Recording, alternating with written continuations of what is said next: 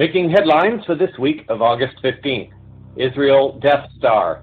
New, formerly mysterious energy weapon makes its debut appearance in Gaza to the surprise of some. NATO hypocrisy. West sends military aid to Kiev while declaring Russian humanitarian aid to East Ukraine illegal. Disclosure Chile. High-level meeting of scientists and military officials declare UFOs as no threat to aircraft, and a 5D tribute to an awakened soul. As the world focuses on the 3D memories of Robin Williams, CVN explores his higher awareness contribution that has served humanity and its awakening journey. With news around, upon, within, and beyond our planet, the program making disclosure official. This is Cosmic Vision News. Here is Jeffrey West. Greetings and blessings to all. A perhaps surprising and possibly desperate act is alleged to have taken place in Gaza over the past week. It has been reported by Gordon Duff, senior editor at veteranstoday.com, on 11th of August that Israel has unloaded what has been described as a death ray upon Gaza. Duff writes that reports, including photographic evidence, reveal that Israel is using an energy weapon to attack targets in Gaza. The destructive beam, thought to be a high-energy laser, is emitted from a plane identified as a Boeing KC-707, originally configured for electronic warfare. Those observing the attacks cite a beam from a four-engine jet hitting a target which immediately turns white hot. After these attacks, the target area is then hit with either bombs or artillery to destroy evidence of the use of an American-designed and built energy weapon illegally given to Israel. The weapon used is identified as part of the YAL-1 system, a coil laser, chemical oxygen iodine laser, originally intended as an aircraft-mounted system to shoot down intercontinental ballistic missiles. Boeing approached the Department of Defense in 2002, and by 2004 had mounted its first system on a 747-400 aircraft previously flown by Air India. Duff goes into some of the history of this weapon in his article, and although the weapon system seemed to have disappeared for a time, Duff notes that it has reappeared in Israel as a missile defense project, an adjunct to the Iron Dome system. Israel's Rafael defense had been trying to develop laser weapons on its own to intercept rockets being fired from Gaza. It was never able to neither deploy a laser powerful enough nor develop a radar system able to be effective. Duff writes that deception may have been used in getting the technology. He writes that friends of Israel within the U.S. defense community were convinced by Israel that the system could be finished and deployed to protect Israel against a purported missile onslaught from Tehran. In truth, there was no such intention. Instead, as in the film Real Genius, the laser system was always intended to be deployed against ground targets for terrorism and assassinations. The delivery system, a Boeing airliner configured for AWAC, electronic warfare or refueling, could easily be modified to clone commercial air traffic and attack targets thousands of miles away or as close as Gaza, Lebanon, Syria, or Iraq with total impunity. Duff ends his article by emphasizing that the pattern is clear, with the 11th August bombing of a UN refugee facility in Gaza, with the use of chemical and now energy weapons, with Israel's planned sale of nuclear warheads to Ukraine. There is little more that could be done to establish Israel not only as a rogue state, but as a clear and present danger to not only regional but global security as well. It has been reported also on August 14th by Barak Ravid on Israel's Haaretz website that the White House has instructed the Pentagon and the U.S. military to put on hold a transfer of Hellfire missiles that Israel had requested during its recent operation in the Gaza Strip, according to Wall Street reports.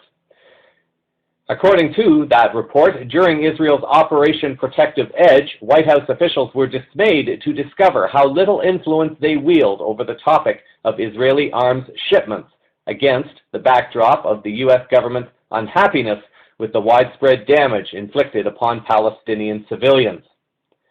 During the Gaza war, the report said, White House officials came to realize that large amounts of weaponry are being passed to Israel via direct channels to the Pentagon with little oversight by the political arena.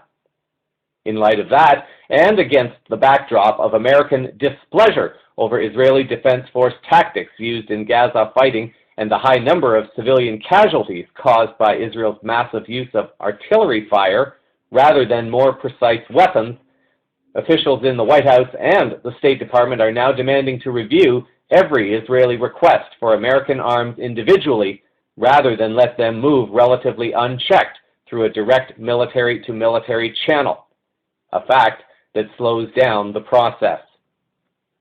A polarization appears to be forming within the corridors of governance in Washington. The article notes that some officials are steadfastly claiming that they are still Israel's strongest friend, while it also appears that there are numbers who are beginning to feel the conduct of Israeli PM Netanyahu to be reckless and untrustworthy, quote unquote.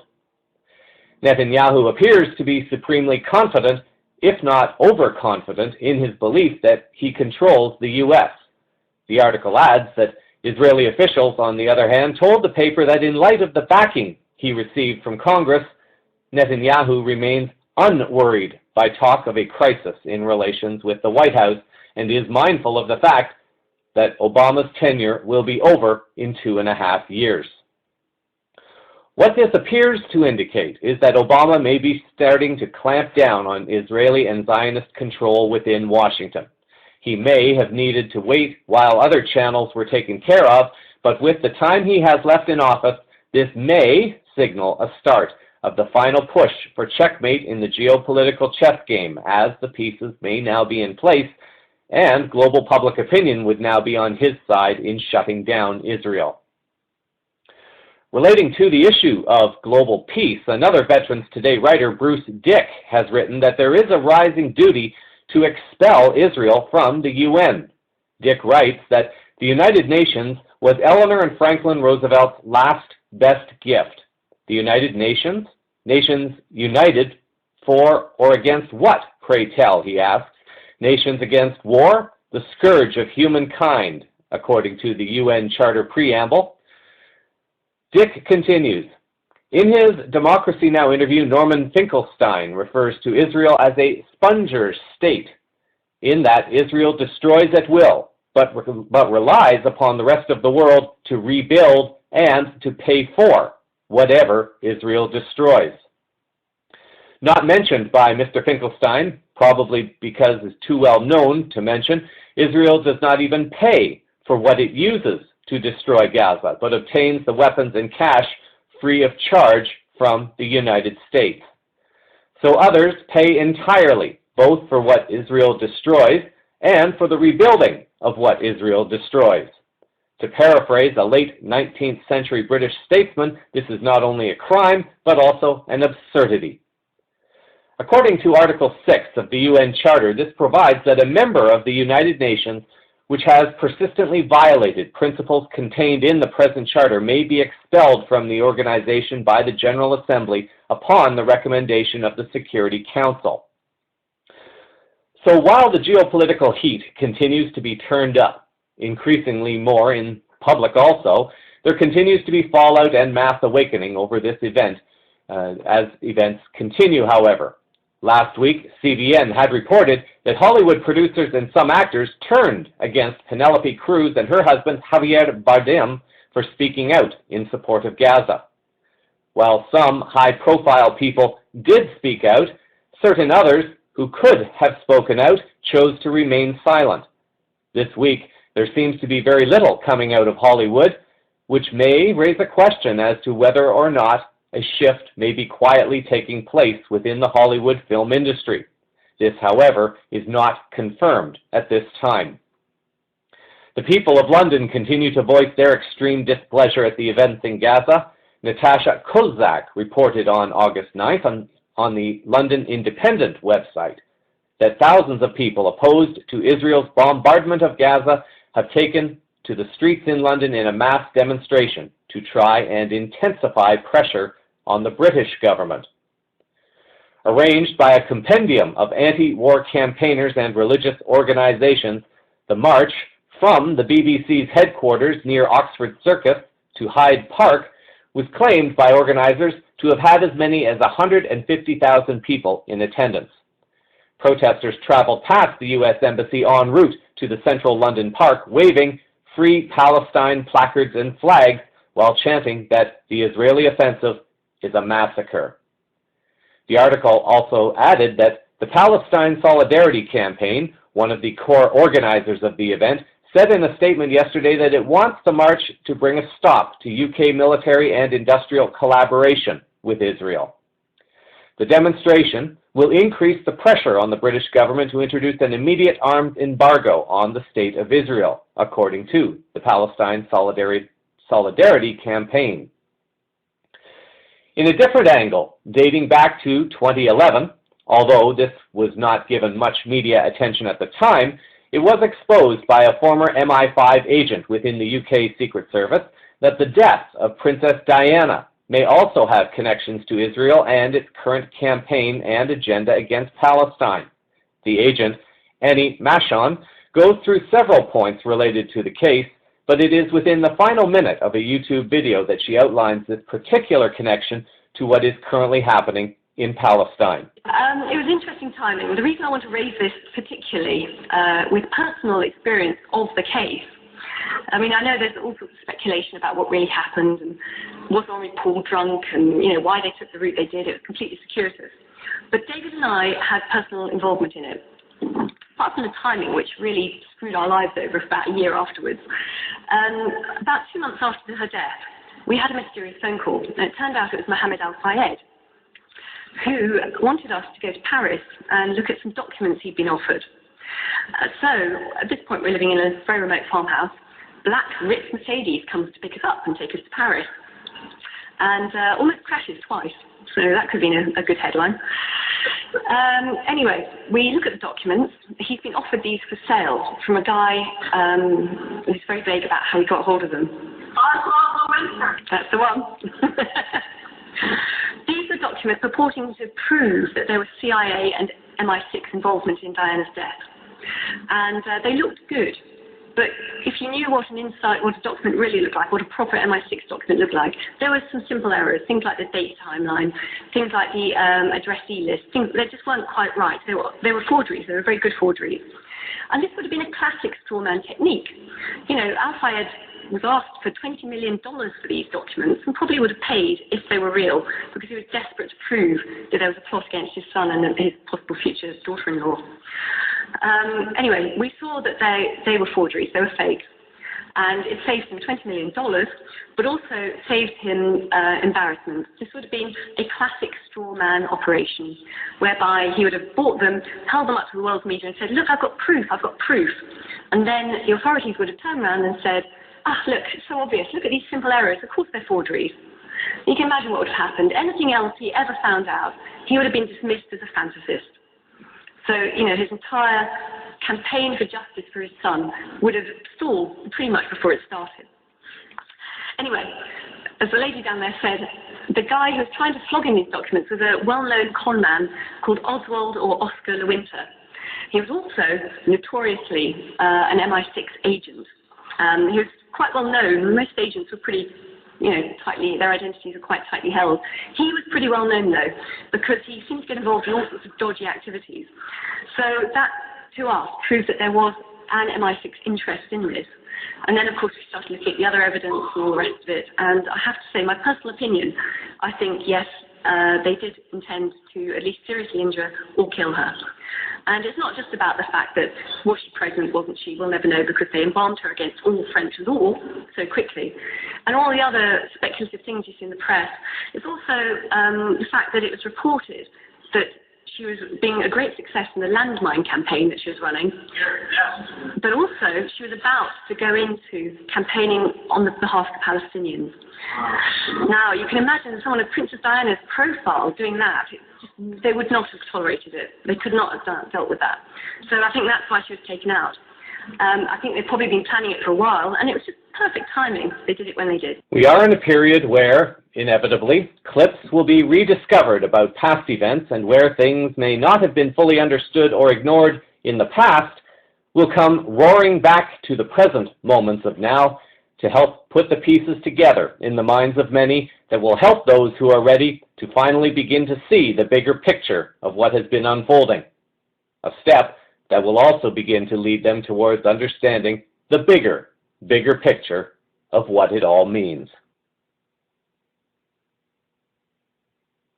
In other geopolitical news, it is still somewhat unclear exactly what is taking place at this time in Ukraine, in East Ukraine, and within the cabal-controlled countries that are involved with the U.S.-installed government in Kiev, the capital of Ukraine. RT.com reported on August 9th that a Canadian military cargo plane flying under NATO orders arrived in Ukraine with over $4.5 million worth of military aid for the troops aligned to the NATO-sponsored government in Kiev. Now this C-130J Hercules aircraft behind us from 8-Wing Trenton is the first of a series of flights to deliver non-kinetic military equipment that Ukraine will be able to use to secure and protect its eastern border against Russian aggression. This equipment will provide physical and medical protection to those on the front line against the insurgency. According to this article, Russia's ban is set to cost Canadian pork farmers more than $500 million, but the Canadian government is continuing its current stance on the matter. We will not be intimidated by these kinds of tactics, Canadian Industry Minister James Moore said. The article adds that on Thursday, NATO Secretary General Anders Fogh Rasmussen pledged that NATO will work with Ukraine on defense planning as well as on how to reform its armed forces and institutions. Rasmussen also mentioned that Russia has amassed 20,000 troops near the border and could be planning a ground invasion of its neighbor, mentioning that Russia should not use peacekeeping as an excuse for war-making. The irony, perhaps, is that on the same day as this was happening, Russia was being denied the opportunity to send humanitarian aid to its citizens in East Ukraine. The U.S. President and British Premier described the reported Russian humanitarian mission in Ukraine as, quote, unjustified and illegal. A statement by the Downing Street says President Barack Obama and Prime Minister David Cameron have agreed over the issue during a telephone call. The statement added that the two leaders have expressed grave concern about the report. Ukrainian authorities have accused Russia of trying to send its military personnel and hardware into Ukraine under the pretext of a humanitarian program. Russia denies trying to send its forces into the country under the guise of such a program. Moscow and the West have been at loggerheads of the political situation in Ukraine. It has since been reported that Russia has sent about 270 trucks loaded with humanitarian aid. RT reported on August 14th that Western media were invited to inspect the trucks, and what they found was, surprise, surprise, humanitarian aid. Andrew Ross, Sean Walker, and Courtney Weaver were Western journalists allowed to follow the convoy, and they were allowed to inspect any truck at will, and nothing that they found suggested that there was anything other than true humanitarian aid, such as buckwheat, sleeping bags, items, and tools for mechanics workshops, and so forth. So the game seems to continue as the West tries to desperately keep up its story that Russia is somehow responsible for everything that has been happening in Ukraine and East Ukraine. As mentioned last week, time is on the side of Russian President Putin, as long as he does not allow himself to get sucked into the Western intimidation control dramas. He can proceed on his other plans to create the financial system that will ultimately sink the US dollar and NATO influence. And then the world will very likely be able to see at that point who has been closer to being in integrity over the Ukraine events. There are many people following events closely in Iraq these days, albeit from sources that have shown themselves to be less than credible over the last year and a half. While the mainstream sources continue to play up the story surrounding ISIS, they have also begun reporting this day that a change in leadership is now underway. According to an RT article on August 14th, Iraq's Nouri al-Maliki has announced his resignation from the post of Prime Minister of the embattled state in a speech on state television. He said that he supported his nominated replacement in the post, Haider al-Abadi. Al-Maliki has surrendered his power in face of the ISIS onslaught in Iraq and now supports his replacement, al-Abadi, who was nominated by the country's president on Monday. "It is my duty to fix any mistake that may impede on the constitution process," Maliki said in his televised address to the nation, cited by Al Arabiya. The outgoing PM defended his time in office, claiming that he has opened up Iraq to the world and has chosen from the beginning to distance himself from using force. "I withdraw my candidacy for PM in favor of Abadi to safeguard the unity and stability of Iraq and the political process," Maliki wrote on his Facebook page before the address. The article goes on to note that al-Maliki has been struggling for months to stay for a third four-year term as Prime Minister of the country after the fall of Saddam Hussein in 2003. He has been widely criticized for his pro-Shiite stance that resulted in the marginalization of the Sunni minority, leading to wide discontent in the country. The pressure from criticism reached a boiling point at the start of the week when the Shiite political alliance backed Haider al-Abadi to replace him.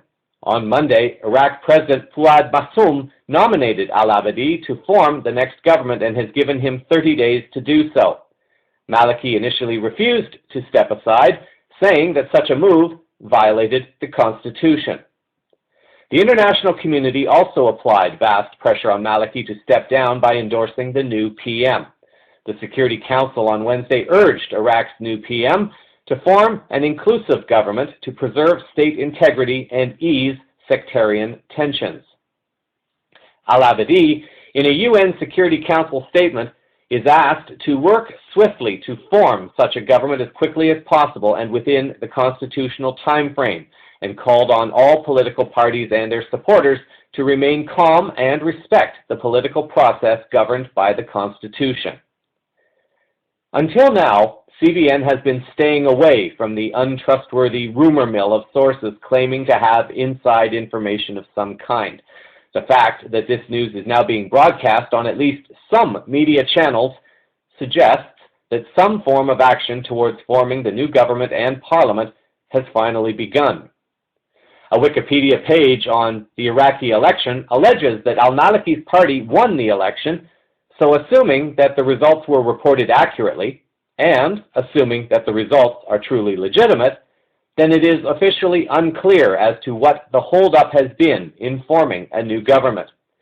The unofficial speculation, however, has mentioned, as we heard moments ago, is likely tied to events that are allegedly to allow Iraq to return to the world stage and exit from global economic sanctions imposed upon the country back during the First Gulf War in the early 1990s. The Iraqi election was held on April 30th of this year, and since that time, there have been events taking place that are allegedly holding Iraq back from rejoining the global economy. It is unclear at this time exactly which sources and which agents are doing what, and it is for this reason I am choosing to refrain from reporting what is going on with the alleged involvement of the ISIS group within Iraq's borders. Moving over Turkey and across the Black Sea now to Romania. An article by Daniel Stroh on August the 9th on the Independent Balkan News Agency website has reported that Romania may now be trying to reclaim control of its country, starting with the arrest of a prominent oligarch. Of course, it remains to be seen exactly what this event will mean for the future of the country, but if this arrest is lawful and correct, it may spell the beginning of the end for individuals in this country who have been profiting illegally via corruption and fraud. Stroh writes that after 9 years, the imprisonment of Dan Voiculescu, a media tycoon and powerful politician, goes down in history as probably the most important trial in post-communist Romania due to its duration and media exposure, marking at the same time a turning point for the Romania justice so beset by political attacks and launching a serious warning to all those still deeming themselves above the law. Voiculescu, the owner of the Intact Media Group received 10 years in prison for fraud in a case which started way back in 2005 and which caused the Romanian state damages of up to 60 million euros. He was charged with illegal land swaps with the Institute of Food Research, whose former director was also sentenced to 8 years in prison. Already sentenced to 5 years in prison, the mogul had only one appeal left to make, but judiciary sources had warned his file will be prescribed at the end of the year. As a consequence, easy to understand, the oligarch did whatever he could to postpone the appeal and finally get the prescription of his corruption crimes. But late last year, a new panel of judges was instituted to try Voiculescu's case after the latter managed to delay hearings by means of various legal loopholes. The new panel of judges doubled his prison sentence, and his assets have apparently been frozen so that the government can reclaim its damages. His media network tried to stir up public support by calling on people to rally in the streets in support for Voiculescu, but the people, it seems, were not buying into that. The article goes on to add that Voiculescu's imprisonment has sent shockwaves across the political spectrum, and, along with the trial of former PM Adrian Năstase, now in prison for the second time, this case is one of the most important in Romania's post-communist judiciary. Many say the verdict yesterday marks a breakup of the judiciary from political influence and opens a new era in an area which has been under constant monitoring from the European Commission since Romania joined the EU in 2007. The merit also goes to the judges of the new generation who stood up against judicial tricks and served justice in the end despite being trampled upon on Voiculescu's TV stations. His biggest rival of all time has been President Traian Băsescu. Băsescu was impeached twice in 2007 and 2012, acts that were claimed to have been orchestrated by Voiculescu. The severe political crisis of 2012, the worst in post-communist Romania, and which many point to as a coup, threw Romania back in time by many years and left the country's strategic projects, such as the Schengen accession, hanging by a thread. The oligarch's fall would mark a huge step forward for the Romanian democracy, proving the judiciary has finally shown itself to be independent from any political intrusion. This, analysts say, might finally lead to a resetting of political parties. A national election is coming up this autumn, and Voiculescu's imprisonment may have an impact on these elections because a source of influence has now been removed from the mix. Voiculescu appears to be pinning his hopes on the re-election of Prime Minister Victor Ponta, thinking that Ponta may grant him amnesty. Stroh believes, however, that this is quite unlikely to occur. If all continues to go well in Romania's move forward, this may be a very positive and concrete step towards rooting out the sources of global cabal influence within this country. Over to financial news now. ZeroHedge.com writer Tyler Durden has reported on August 9th that the de-dollarization is accelerating. Durden writes in his article that first Gazprom clients shift to euros and renminbi, then the UK signs currency swap agreements with China, then NATO ally Turkey cuts ties and mulls de-dollarization, Switzerland jumps in the currency swap agreements, and BRICS create their own non-US based funding vehicle, and then finally this week Russia's oligarchs have shifted cash holdings to Hong Kong. But this week, as RT reports, Russian and Chinese central banks have agreed on a draft currency swap agreement, which will allow them to increase trade in domestic currencies and cut the dependence on the US dollar in bilateral payments. The agreement will stimulate further development of direct trade in yuan and rubles on the domestic foreign exchange markets of Russia and China, according to the Russian regulator. The RT article noted by Durden on August 8 wrote that in early July, the central bank's chairwoman, Elvira Nabiullina, said Moscow and Beijing were close to reaching an agreement on conducting swap operations in national currencies to boost trade. The deal was later discussed during her trip to China. President Vladimir Putin, during his visit to Shanghai in May, said cooperation between Russia and Chinese banks was growing, and the two sides were set to continue developing the financial infrastructure. Work is underway to increase the amount of mutual payments in national currencies, and we intend to consider new financial instruments, Putin said after talks with Chinese President Xi Jinping. Later on, during his meeting with leading international news agencies on the sidelines of the St. Petersburg Economic Forum, Putin said that Russia and China had made the first modest steps in using national currencies in international settlements. He added that the two countries were going to continue exploring opportunities for working together. A currency swap is widely used and allows simultaneously exchanging a specific amount of one currency for another currency with two different settlement dates. Durden noted moments ago that Switzerland was joining the movement to the east. ChannelNewsAsia.com reported on July 21st that the Swiss and Chinese central banks signed a currency swap agreement in Beijing on the 21st of July, marking an important step in the development of a market for yuan in Switzerland, a representative for the Swiss Central Bank, BNS, has said. The agreement, highlighting steps toward international use of the yuan, ensures that Swiss francs will be available in China and that yuan, also known as renminbi, will be supplied to financial centers in Switzerland. In a separate statement, the Swiss Finance Ministry welcomed the agreement with China, saying it showed that Switzerland was playing an increased role in the internationalization of the Chinese currency. A free trade agreement between China and Switzerland took effect on July 1st. It is the first agreement of its type between China and a European country. China is the sixth biggest export market for Switzerland and the fourth supplier to it. Switzerland hopes that with this agreement it can get ahead of other European countries, acting as a bridgehead into Europe for Chinese trade and companies, and also as a center for finance in yuan. Switzerland is not a member of the European Union but has close trading relations with it. The activity involving the yuan, the currency of China, does not appear to be affecting its stability as a global currency.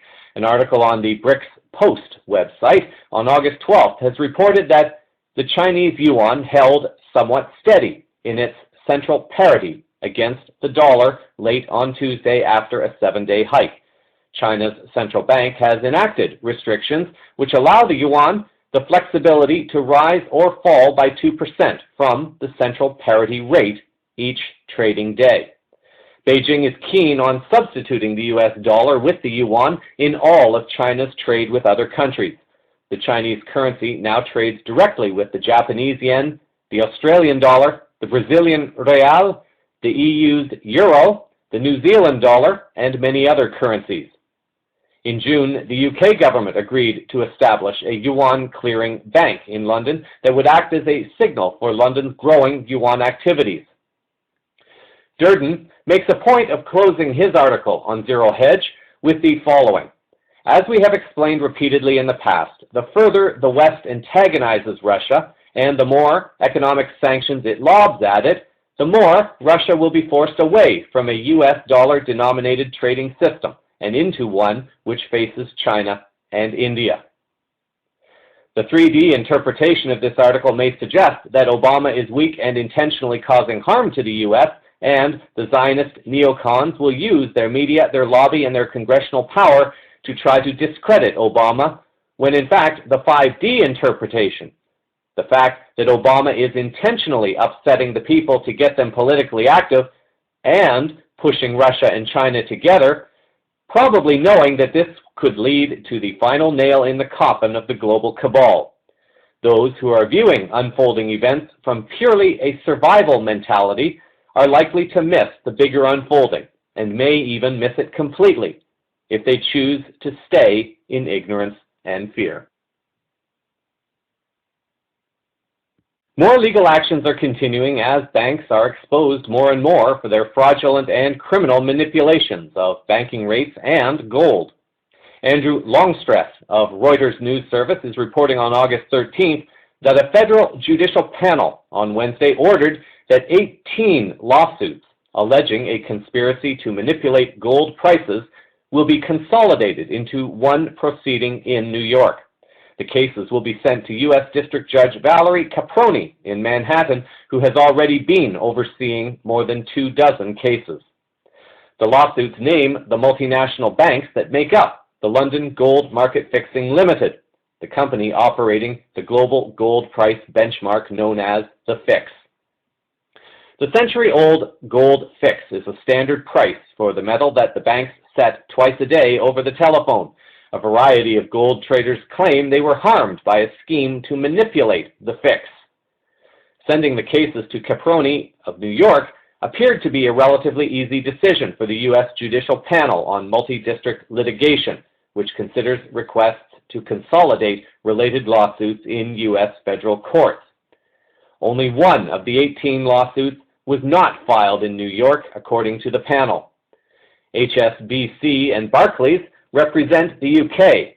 Société Générale represents France. Bank of Nova Scotia represents Canada. And together, these countries make up the London Gold Market Fixing Limited. Although Germany's Deutsche Bank withdrew in May, after being a part of the group for over 2 decades, this bank still finds itself being a party named in the lawsuit. This withdrawal from the London group may be connected to Germany's increasing steps to distance itself from the Western global cabal and align itself more and more to Asia and to the BRICS alliance of countries. In general news this week, we look at a situation that turned ugly last week in the U.S., but it seems a somewhat miraculous shift in energies has now taken place with the help of a few souls who seemed to be answering their call to serve humanity at this time. An incident took place last week that I was originally going to choose to ignore for the newscast. In light of what has happened to turn this event around from a negative to what appears to be a profound positive, I am now choosing to mention it. It had been reported that 18-year-old Michael Brown, a resident of Ferguson in the state of Missouri, had been shot by a local police officer. Brown, who was unarmed, died of his injury, and a domino effect of events began to escalate into a potentially violent and angry protest against police. The local police began suiting up in riot gear and bringing out the military-style equipment designed for crowd suppression, which only served to inflame the situation even more. It was on the verge of becoming ugly. Very ugly. However, in an instant, all seemed to change. Wesley Lowry, writing for the WashingtonPost.com, reported on August 14th that suddenly everything has changed. The heavy riot armor, the SWAT trucks with sniper posts and the hostile glares, tonight in Ferguson, they were gone. A stunning change in tone radiated through the suburban streets where protests had turned violent each of the last 4 evenings following the police shooting of 18-year-old Michael Brown. It is unclear whether the governor of Missouri, Jay Nixon, made the choice to change the dynamic by calling in the Missouri Highway Patrol, or whether it was Ronald S. Johnson, a captain of the Highway Patrol, who initiated the plan. But what is clear is that a police force bent on violence for control had been tossed out, and a team of officers, led by a captain who is himself a native of Ferguson, was now in place, and this team was replacing weapons and crowd suppression with hugs and kisses. Johnson walked with protesters, apologized to others for the use of tear gas, and told officers to remove gas masks. He was quoted in the article as saying that, "When I see a young lady cry because of fear of this uniform, that's a problem. We've got to change that." The article notes that Johnson spent a considerable amount of time talking to media, explaining that the decision to tone down the show of force was deliberate, a calculation he said was made by St. Louis County police officials. He said he met with protest leaders and the NAACP Thursday afternoon, asking them for their plans for the march and telling them they could march without fear of restriction. The article closes, noting that protesters said they were still angry, demanding justice for Brown and answers from local police about why he was shot and who the offending officer was. But they said Johnson's willingness to physically interact with them rid the streets of heavy police equipment, and help them coordinate protests was a welcome change in tone. What the Missouri Highway Patrol has done is that they have sent a powerful message of how energies and actions of love and compassion can be used to tone down a violent situation. People want to be heard and have their rights respected by rule enforcement officers. In Ferguson, Missouri, they found it in the form of a soul, acting first in the capacity of being a peace officer instead of merely a rule enforcement officer. Congratulations to Ronald S. Johnson and the team of Missouri Highway Patrol officers for modeling to the police forces around the world how to reach out to a community in honor and service. In disclosure-related news this week, an article posted in the HuffingtonPost.com website has reported that the country of Chile in South America has made a public statement indicating that UFOs pose no threat to aircraft. According to the article by Leslie Keene, a recent high-level meeting at the headquarters of Chile's Civil Aviation Department will likely be the envy of those Americans desiring open government participation in UFO investigations rather than the familiar blanket dismissal.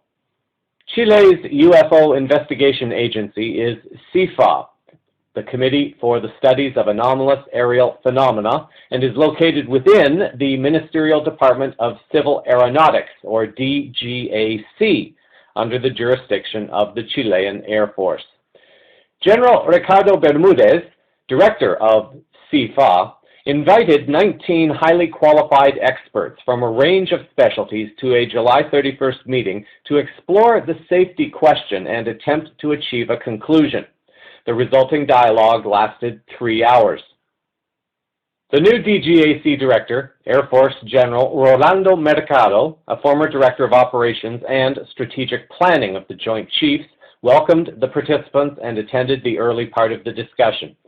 I wish to thank all the members of this committee for their serious scientific approach in the investigation of this phenomenon, he said afterwards, which has rightly earned prestige for CIFA, not only in Chile, but also in foreign countries. Scientists in attendance included 2 well-known astronomers, a nuclear chemist from the Nuclear Energy Commission, a doctor of aerospace medicine who is also a UN representative, a physicist, an Army psychologist, and an Air Force psychologist. Jose Ley, the International Affairs Director for CIFA, affirmed publicly something that would never be affirmed in North America, at least up to this point, and that is the fact that the existence of UFOs and civilizations beyond Earth is completely normal and acceptable, and therefore is not really considered news. The article links to a media news report that was covering the high-level meeting, and even without understanding any Spanish, one is able to see the seriousness that is being given to the topic. The written article includes translations of a few comments from the event. According to the DGAC Chief of Operations, if, as many witnesses have declared, the UFO phenomenon demonstrates intelligent behavior, and if we admit this fact, then we must look for the intention behind that intelligence, whatever it may be, a form of energy perhaps, it doesn't matter. Intelligence is what matters. If this is so, we must ask, has it shown hostility or carried out openly threatening maneuvers? Has it actually attacked our aircraft? To date, this doesn't seem to be the case. We cannot possibly call something a threat to something or someone if they have not shown any open intention to do harm. Navy Captain Roberto Boré was quoted as saying, "Aside from any natural distractions to the flight crews, the risks so far have been null. We cannot call a UFO a risk to our operations, not even a low risk. An interaction, either good or bad, between a human being and a UFO so far is non-existent in our skies, in Chile, as far as I know." Radar Control Chief Mauricio Blanco, considered to be one of the highest officials actually on the front lines when sightings are reported or picked up on radar, was himself quoted as saying that in aeronautics we have to measure risk scientifically, and we have all the tools for that. We have to establish a risk matrix considering possibility and probability. The risk level for UFOs has not been analyzed. It can be measured, and given the probabilities, this level is very low. Keane closes the article by writing that momentum is building for more governments to address the UFO phenomenon, and many eyes are on the United States.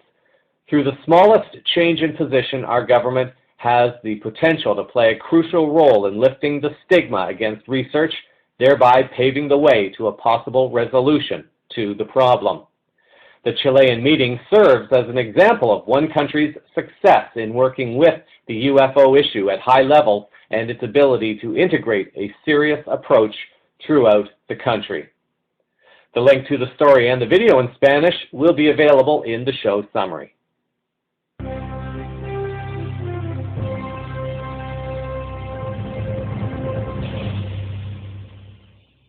In tech news, we continue the exploration of the exploding technology behind 3D printing. A video on YouTube is reporting that the technology is now capable of printing objects in metal and in wood, furthering the versatility of the technology, but perhaps more importantly, begins to introduce the shift in how we live and how we shop in the near future. Search, buy, and wait? This is the plight of many internet shoppers. But if 3D printers like this catch on, that could all change. In 10 years, you're not going to go to any stores anymore to go and buy physical things. You're going to buy the design online, print it out in your house, and be able to use it within 30 minutes to an hour. Kobe Kabili helped create this, the Robo 3D. At $700, it's one of the cheapest 3D printers on the market. It prints out objects in two types of plastics, and now in wood. These are Lincoln logs. These are printed out of our wood material. Smells like wood. You can sand it down. It's one of the many wonders here at the 3D Printer World Expo, where makers of 3D printers were showing off their latest models and their coolest prints.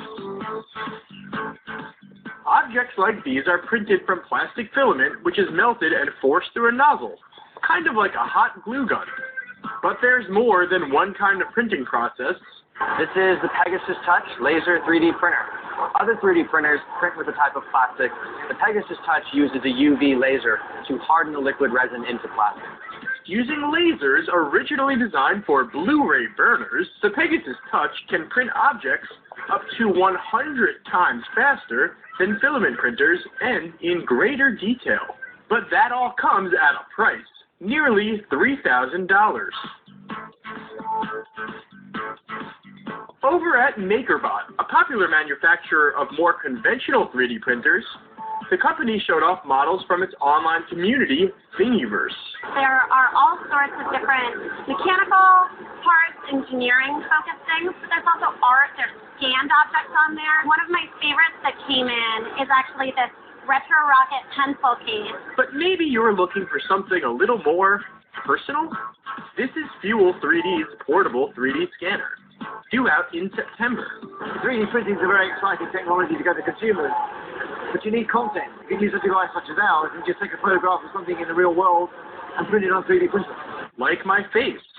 The Fuel scans in my face in 3D in a matter of seconds.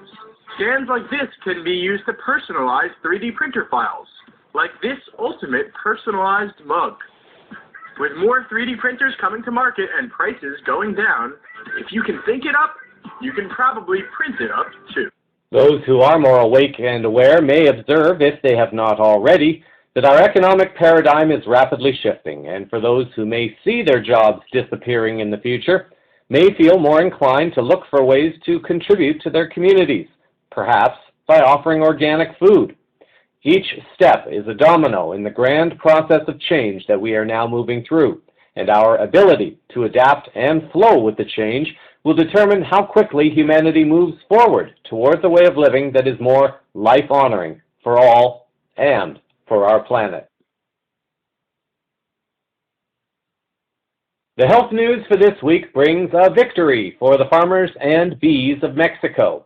An article by Nina Lachini, appearing on the Guardian.com website on August the 8th, has reported that a small group of beekeepers in Mexico has inflicted a blow on biotech giant Monsanto, which has halted the company's ambitions to plant thousands of hectares of soybeans genetically modified to resist the company's pesticide Roundup.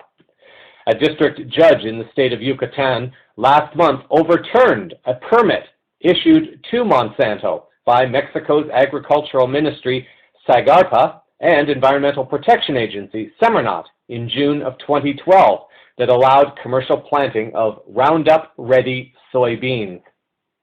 Monsanto apparently had received the permit to plant its seeds in 7 states across Mexico, despite the protests of numerous groups, including the Mexican National Commission for the Knowledge and Use of Biodiversity, the National Commission of Natural Protected Areas, and the National Institute of Ecology. In overturning the permit, the judge was apparently more than satisfied of the dangers posed by Monsanto products on honeybee production in various regions. The judge ruled that coexistence between honey production and GM soybeans is not possible. The article adds that Mexico is the world's 6th biggest producer and 3rd largest exporter of honey. About 25,000 families on the Yucatan Peninsula depend on honey production. This tropical region produces about 40% of the country's honey, almost all of which is exported to the EU. In addition, health risks, environmental damage to soil, water, and rapidly declining bee colonies have been attributed to glyphosate use, threatening food and water security across the globe. GM crops could devastate the important European export market for Mexican beekeepers, where the sale of honey containing pollen derived from GM crops has been restricted since a landmark decision in 2011 by the European Court of Justice. Although Monsanto is expected to appeal the ruling, it nonetheless marks a shift toward the voice of the people and of those with less perceived power against forces that are seeking to destroy humanity and our planet for pure profit, power, and greed. Strike another notch for the bee populations and their caretakers. By way of an announcement this week, I just want to remind listeners that unless something globally significant takes place over the next 2 weeks, there will be no Cosmic Vision News broadcasts on August 22nd and 29th. At the moment, it is expected that CVN will return to the air on September the 5th and will be coming to you from Stockholm, Sweden. I have been donated the frequent flyer points by a friend in Sweden to return to the country, and it is my hope that I will be able to create some new opportunities to be able to support myself over there. As summer begins to wind down in North America, I send blessings to each of you and your families and those around you for health, joy, and protection in your service to humanity and our planet. May abundance on all levels manifest for each of you. Thank you all so very much for your continued support of Cosmic Vision News, and I look forward to being back in service in a very near future moment of now. This week's final words. I debated about whether or not I wanted to be one of the hundreds, if not thousands, of journalists worldwide who would, in their uniquely different yet equally beautiful way, honor the life, path, and soul the world knew as Robin Williams. While so many so-called journalists and media outlets chose to focus on sensationalizing the specific event causing his transition back to the non-physical realm of light and life, others focused on his health challenges, and even other well-intending sources were seeking to introduce a conspiratorial theory to his transition. I choose not to entertain any of this from the 3D perspective of awareness. For all intents and purposes, it seems that his soul was just tired. Even in his transition, he left a physical 3D message to humanity that most media will not likely address, except to say that Williams suffered from bouts of depression. They will not look at the meaning and the lesson. An article on the Voces de Tierra website on August 12th noted that depression is not a disease, but an indication that human consciousness needs to change. The article writes that people who suffer from depression are usually highly aware and sensitive folk that are creatively gifted or perceptive in some way. As a result, they are people that find it difficult to feel normal in a society that places value on things that are leading humanity and the environment to destruction. People that suffer from depression find it difficult to connect with others on a personal level, and mostly they are simply overwhelmed and disheartened by the amount of injustice, destruction, greed, cruelty, and abuse that goes on in an increasingly hostile world. Before I offer my own tribute to Mr. Williams, I wish to share something that I realize will, no doubt, be received by some critically. I am not asking you to trust the process, nor am I asking you to trust the source. There are comments allegedly coming from Williams via a channel who claims she was contacted by him from the afterlife to relay an important message. I am choosing to offer part of this message for two reasons. One is that the message itself may be meaningful to families who have experienced suicide, and this may bring them comfort and perhaps some release from pain and guilt. The second reason I offer it is because, in a very loose way, his communicating with us now may just be believable, given his performance in the movie What Dreams May Come. I will address more on that in a moment. Here's what Williams allegedly had to offer to channel Sheila Applegate on August 13th. Why did I choose to go out this way? To me, it was a natural progression of the disease, the dis-ease that I battled with all of my life, of the human condition. Yeah, I could have left with cancer, but that's just so mundane. Everybody does that. Cancer, I guess I could have had diabetes. That's a little gross for me. I didn't want to experience that pain. But did I experience pain? Yes, I did. I experienced pain and joy, and do I regret any of it? No. Is it a shock to the world that I left like this? What I'm hearing is it's not too much of a shock. And most seem happy that I'm free. This is an interesting conundrum, isn't it? Maybe it was my finale, to place a mirror up to a spot that people hadn't looked at before. Isn't that what I did? Isn't that what I do? To my world family, you are not just viewers or fans to me. I felt you. I feel you. Suicide has been a confusing thing for a long time, but we haven't looked at one thing. Religions across the way have said that suicide is a sin, bad. The people go to hell, or in between, or they're stuck, their souls, in nothingness forever. Well, look at me. I'm not nothingness. I'm here, and I'm happy, and I'm free, and I'm with all of you. And so are the loved ones that you have experienced who crossed in suicide. It's an interesting thing, the way the world perceives suicide. The ego wants to keep people here, so if we say it's okay to commit suicide, then we're afraid that others will do it and follow. But what does that say about a society? Isn't that the most important thing that we're not looking at? Why is it a society that would be afraid that if it was okay to commit suicide, everyone would do it? Why not change the society? Why not change the way the world is so that people don't want to leave, so that heaven isn't any more beautiful than earth, that God isn't separate, that you don't have to die to be free? Why not change the world? That's what I plan to do.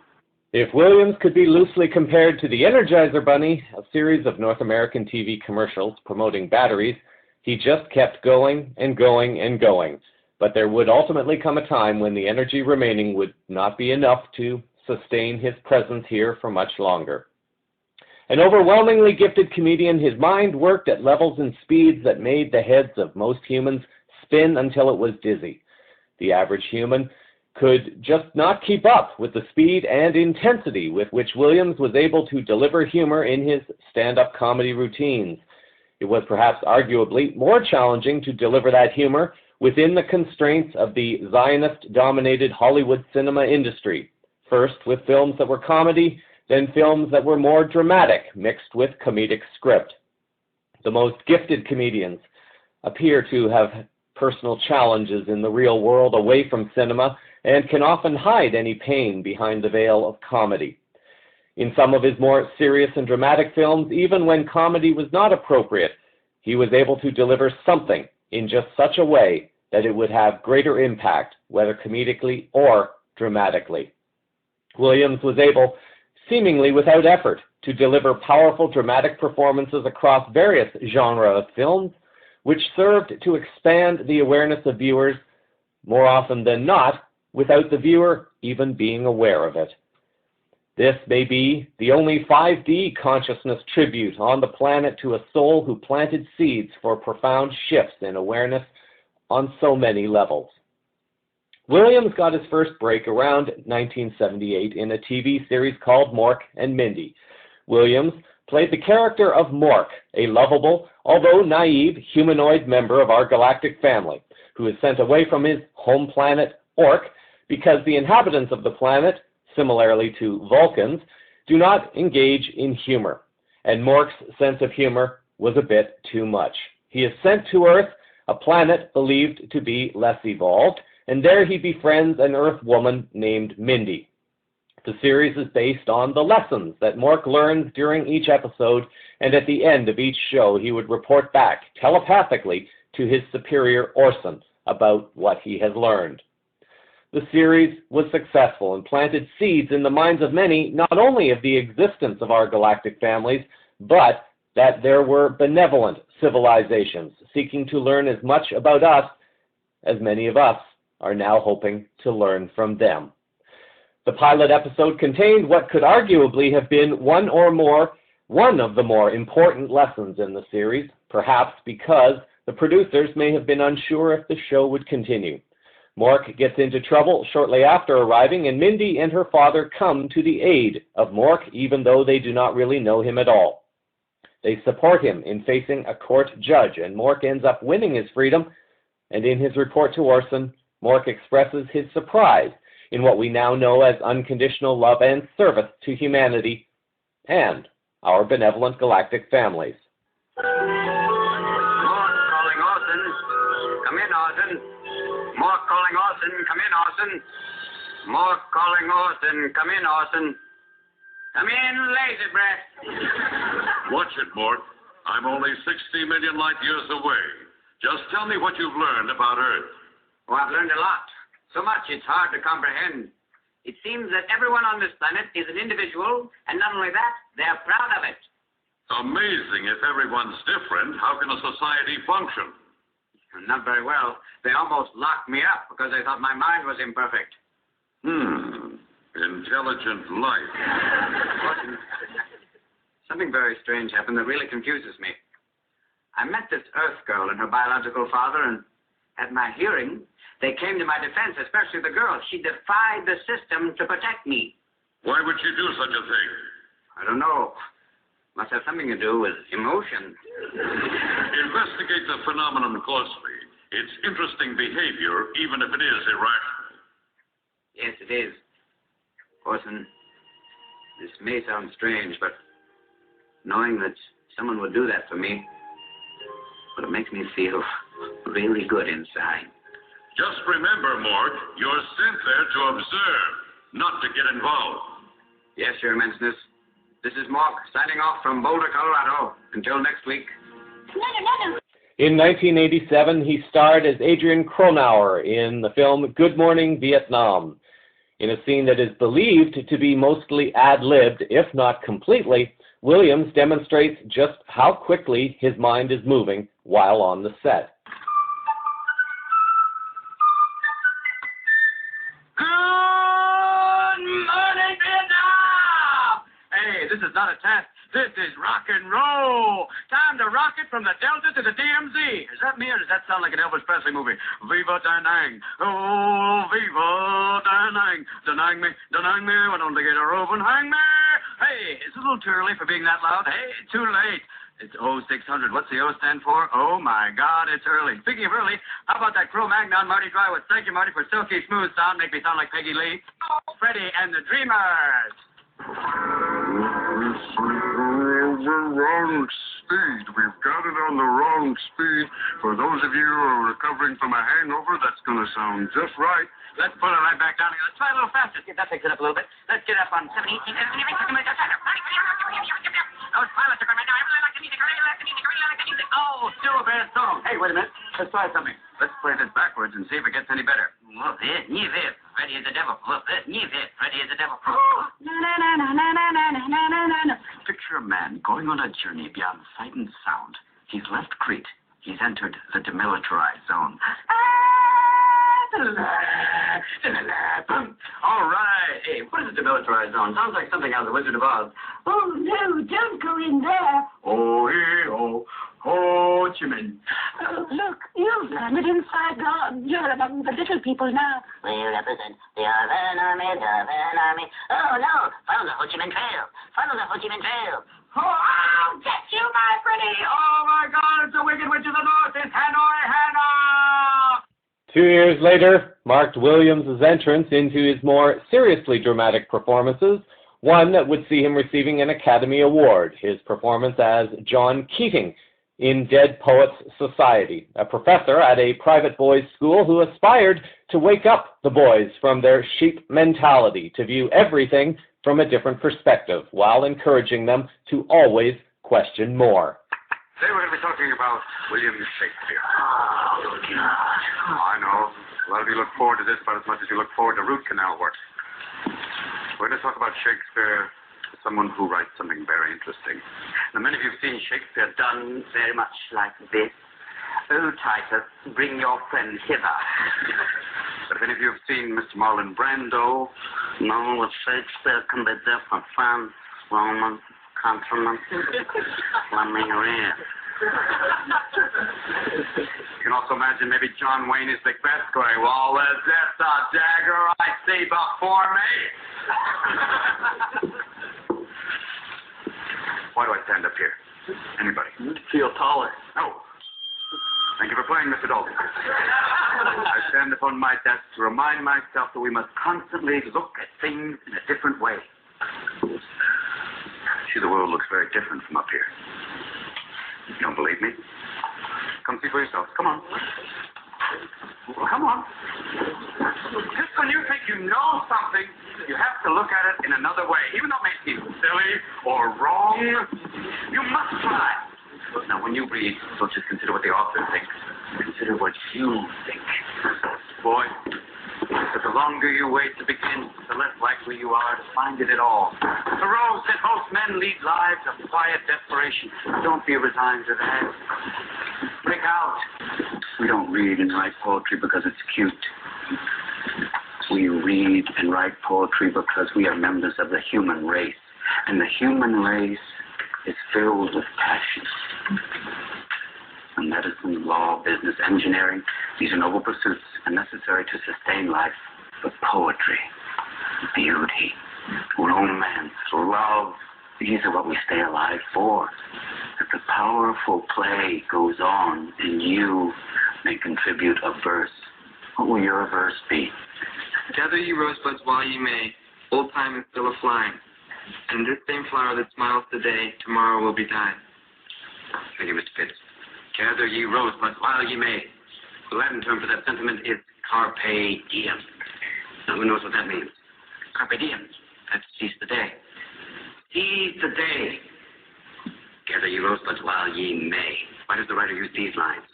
Because he's in a hurry. No. Ding. Thanks for playing anyway. Because we are food for worms, lads. Because believe it or not, each and every one of us in this room is one day going to stop breathing, turn cold, and die. Have you noticed everyone started off with their own stride, their own pace? It's taking his time. You know he'll get there one day. Cameron, you can see him thinking, is this right? It might be right. It might be right. I know this. Maybe not. I don't know. Mr. Overstreet, driven by a deeper force. Yes. We know that. All right. I didn't bring them up here to ridicule them. I brought them up here to illustrate the point of conformity, the difficulty in maintaining your own belief in the face of others. So those of you, I see the look in your eyes like, I would have walked differently. Well, ask yourselves why you were clapping. Now, we all have a great need for acceptance, but you must trust that your beliefs are unique, your own, even though others may think them odd or unpopular, even though the herd may go, that's bad. Robert Frost said, 2 roads diverged in a wood, and I I took the one less traveled by, and that has made all the difference. I want you to find your own walk right now, your own way of striding, pacing, any direction, anything you want, whether it's proud, whether it's silly, anything. Gentlemen, the courtyard is yours. Mr. Dalton, you'll be joining us. Exercising the right not to walk. Thank you, Mr. Dalton. Just illustrates the point. In the next 8 years, he would be active in many projects, including the Disney animated movie Aladdin. In 1993, he blessed the world with a message of a man struggling and yet so desperate to be reunited with his children that he is willing to do what many men may not do, and attempt to live a life as a woman for the sake of love. Mrs. Doubtfire touched the hearts of millions worldwide, leaving a message of strength and creativity in the face of adversity, and in the end, it was all about love. Yet it was arguably in 1997, when his next dramatic feature, that carried a message of awakening for humanity and paired him with another highly intelligent performer, Matt Damon, in Good Will Hunting. Williams played Professor Sean McGuire, who takes on the challenge of connecting to a hyper-intelligent soul played by Damon, who demonstrates no upward motivation or mobility in society. In this movie, both Williams and Damon deliver incredible lines that plant seeds for consciousness awakening, and yet the lines still managed to travel over the heads of so many who missed the vital significance of what was offered. I went on a date last week. How'd it go? It was good. Going out again? I don't know. Why not? Haven't called her. First, you're an amateur. I know what I'm doing. Don't worry about me. I know what I'm doing. Yeah, but this girl's like, beautiful. She's smart. She's fun. She's different from most of the girls I've been with. So call her up, Romeo. Why? So I can realize she's not that smart, that she's fucking boring. This girl's like fucking perfect right now. I don't want to ruin that. Maybe you're perfect right now. Maybe you don't want to ruin that. But I think that's a super philosophy. Well, that way you can go through your entire life without ever having to really know anybody. My wife used to fart when she was nervous. She had all sorts of wonderful little idiosyncrasies. She used to fart in her sleep. I shared that with you. One night it was so loud it woke the dog up. She woke up and going like, "Oh, is that you?" I said, "I didn't have the heart to tell her." Oh, God. She woke herself up.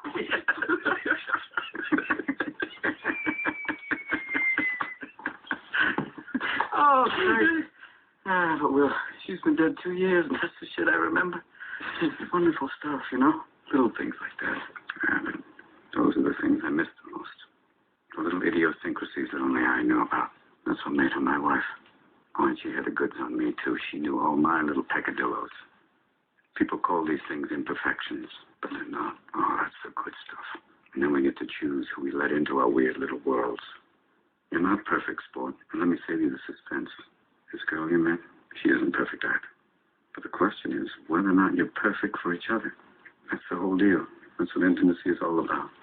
Now, you can know everything in the world, sport, but the only way you're finding out that one is by giving it a shot.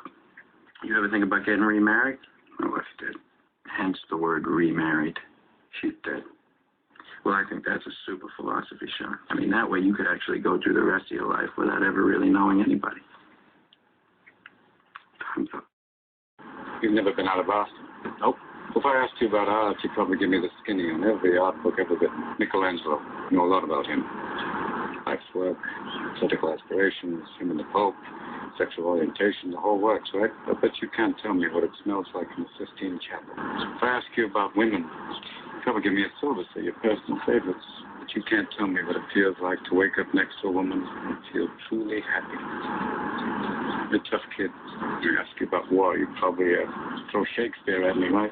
Once more into the breach, dear friends. But you've never been near one. You've never held your best friend's head in your lap and watched him gasp his last breath looking to you for help. I ask you about love. You'd probably quote me a sonnet. But you've never looked at a woman and been totally vulnerable. Known someone that could level you with her eyes. Feeling like God put an angel on earth just for you, who could rescue you from the depths of hell. And you wouldn't know what it's like to be her angel. To have that love for her be there forever. Through anything. Through cancer. And you would know about sitting up in a hospital room for 2 months holding her hand because the doctors could see in your eyes that the terms visiting hours don't apply to you. You don't know about real loss. Because it only occurs when you love something more than you love yourself. I doubt you've ever dared to love anybody that much. You think I know the first thing about how hard your life has been, how you feel, who you are? Because I read Oliver Twist. Does that encapsulate you? Personally, I give a shit about all that, because you know what? I can't learn anything from you. I can't read in some fucking book. Unless you want to talk about you, who you are. And I'm fascinated. I'm in. But you don't want to do this, do you, Sport? You're terrified of what you might say. You move, Chief. The following year saw Williams take on a role that would transport humanity into the world of the afterlife. Chris Nielsen is a doctor who loses his 2 children in a car accident, and while he and his wife are grieving, he is himself killed in an accident and finds himself in the afterlife, creating his world from painted colors reflected by his wife's paintings. His wife, however, becomes despondent with despair, and her paintings become much darker and ends up committing suicide. The story is about creating, about believing, about faith and trust, and Nielsen travels into the darker realm where despondent souls, believed to go, that are unable to transition back to the light. Although Williams's alleged channeled message seems to reflect a different reality for suicided souls, the movie provides an uplifting testimony to life beyond physical life and what we're capable of because of who we truly are. In this audio clip, Chris Nielsen arrives in the afterworld and ends up falling underwater because he has not yet remembered that he can walk on water. He thinks he is going to die. You're already dead. Oh. Am I really here? What do you mean by you anyway? Are you your arm or your leg? Hardly. Really? You lost all your limbs. Wouldn't you still be you? That'd still be me. So what does it mean? My brain, I suppose. Your brain. Your brain is a body part. Like your fingernail or your heart. Why is that the part that's you? Because I, sort of a voice in my head, the part of me that thinks, that feels, that is aware that I exist at all.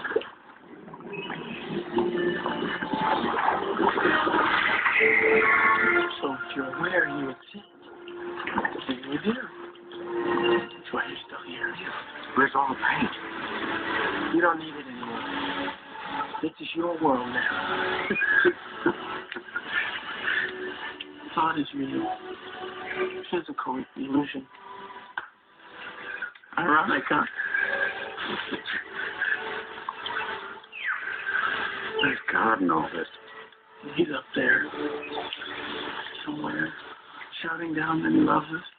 Wondering why we can't hear him. Williams's gift of humor apparently was also able to transcend the human species into the animal realm. In 2001, he bonded with a gorilla named Coco, a gorilla fluent in American Sign Language who had been suffering depression from the loss of her mate.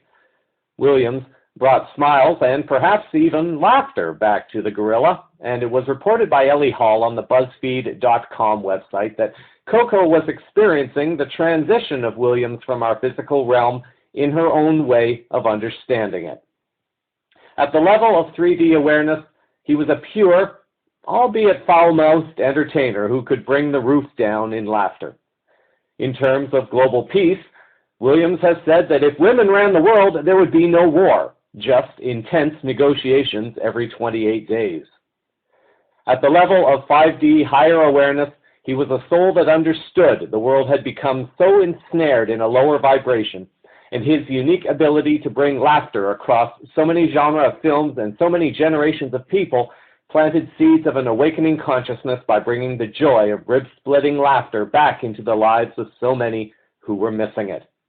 In cartoon humor, Williams summed up in the movie Aladdin what may be the answer to the human condition, but also the human journey. All part and parcel of the whole genie gig.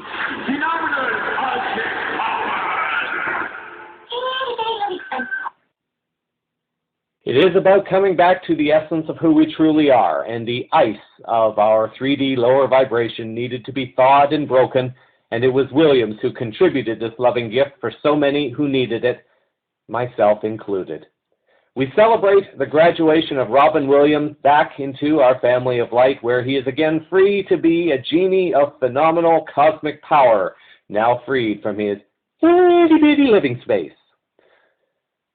For the category of most prolific and versatile divine soul performing in human form, who inspired and empowered joy and love through the gift of humor, the Life Capitalized Award goes to Robin Williams.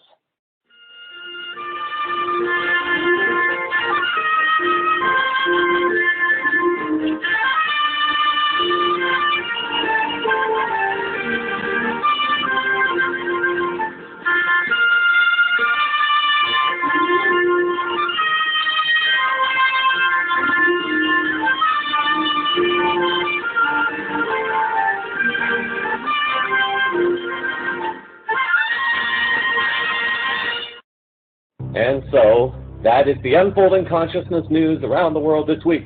Cosmic Vision News is a part of the Enlight radio group of programs. Links to stories used in this broadcast are published in the show summary on the blog at cosmicvisionnews.com, on the CVN Facebook page, also on Twitter, Google+, and LinkedIn. Thank you for sharing your time with me. I'm Jeffrey West, reminding you that, in the words of Robin Williams, no matter what people tell you, words and ideas can change the world. Until our next moment of now, stay grounded in love, hold the vision of light and peace in your heart, and keep your eyes to the skies. Nanu, nanu. Disclosure is unfolding all around you. Namaste.